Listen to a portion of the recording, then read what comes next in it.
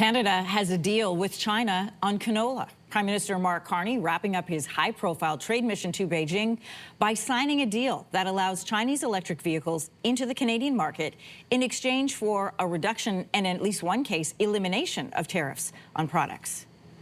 It's expected that within 3 years, this agreement will drive considerable Chinese investment in Canada's auto sector, creating good careers in Canada and accelerating our progress towards a net zero future and the auto industry of the future. That's the Prime Minister referencing the EV portion of the deal. Nearly 50,000 Chinese EVs are going to enter the Canadian market this year. And then in March, China is going to reduce its tariffs on canola seed down to 15% and drop tariffs entirely on canola meal, lobsters, crabs, and peas to at least the end of the year. So, did Canada get a good deal? Joining us to find out this morning is David McLaughlin. He's the former Chief of Staff to Brian Mulroney. Welcome to your morning. Good morning. You know, when I think back to the beginning of this week and the conversations around keeping expectations low, that this was about relationship building, trying to find other markets, boost our relations with China. How do you feel about the news from this deal? It's a good deal for Mr. Carney, and it looks like a pretty good deal for Canada. I think the Prime Minister can be leaving Beijing quite satisfied with the progress he's made. Look, he met the top 3 leaders in China. So that's, goes a long way towards the relationship building that we will need if we're going to have some kind of stable working relationship with China.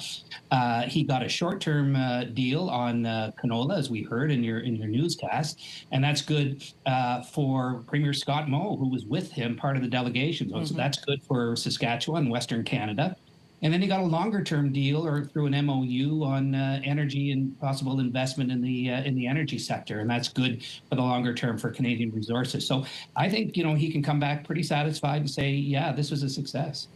You know, when you look to the eastern portion of the country, there could be a bit of a divide when we're talking about automakers. There was, Premier Doug Ford coming out saying we need to protect our auto industry, real concern about allowing any kind of, it's 49,000, but really the desire was for 0 to enter the market. How do you think this will be received in that portion of the country?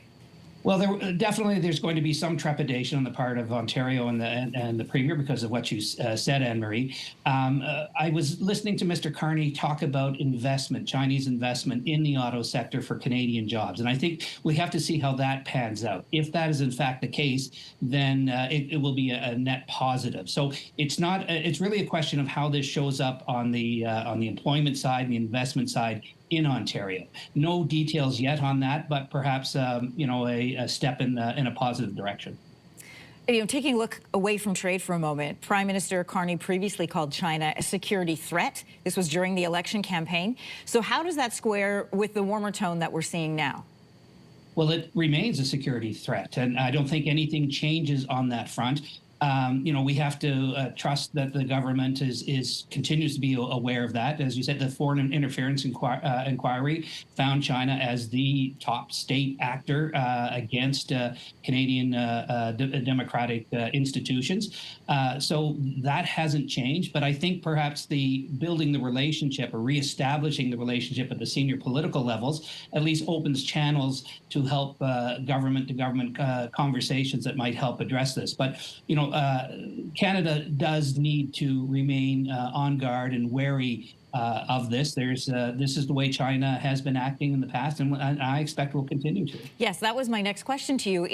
This is still, it is a signed deal, but we know that it can be a delicate deal. So where are the areas that we still need to continue to tread carefully in order to build on what we've done this week? Well, I think one of the areas that we really have to look at carefully, Anne-Marie, is in fact not so much east of China, but south to the United States, and how the Trump administration responds to this.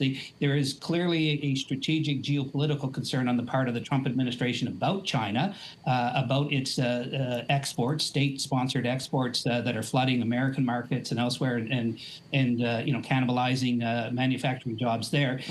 How Trump responds or reacts to Canada re-engaging with China, particularly in the auto sector, which America has a concern about. How that affects this year's conversation on the CUSMA, the free trade deal. So I think that's a big thing to watch for.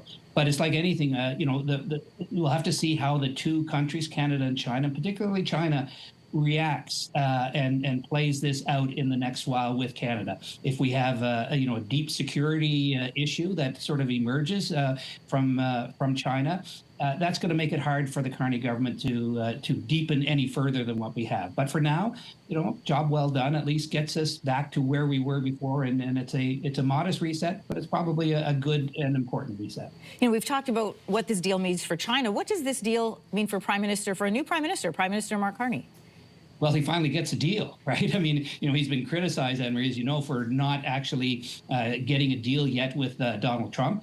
And so he's taken some political heat for that. He can point to this as a good thing. And he gets a bit of an immediate win on the western side with the canola tariff relief. And that's important, not just economically, but politically. He made a point of bringing Scott Moe, Premier Scott Moe, who is not exactly a friend of this Liberal government, brought him in the delegation to China, had him sitting there next to him. That tends to undermine Conservative leader Pierre Poilievre's likely opposition to anything that is, cooperation with China. So it's an economic win, at least in some respects, but it's also a political win, I think, for the Prime Minister.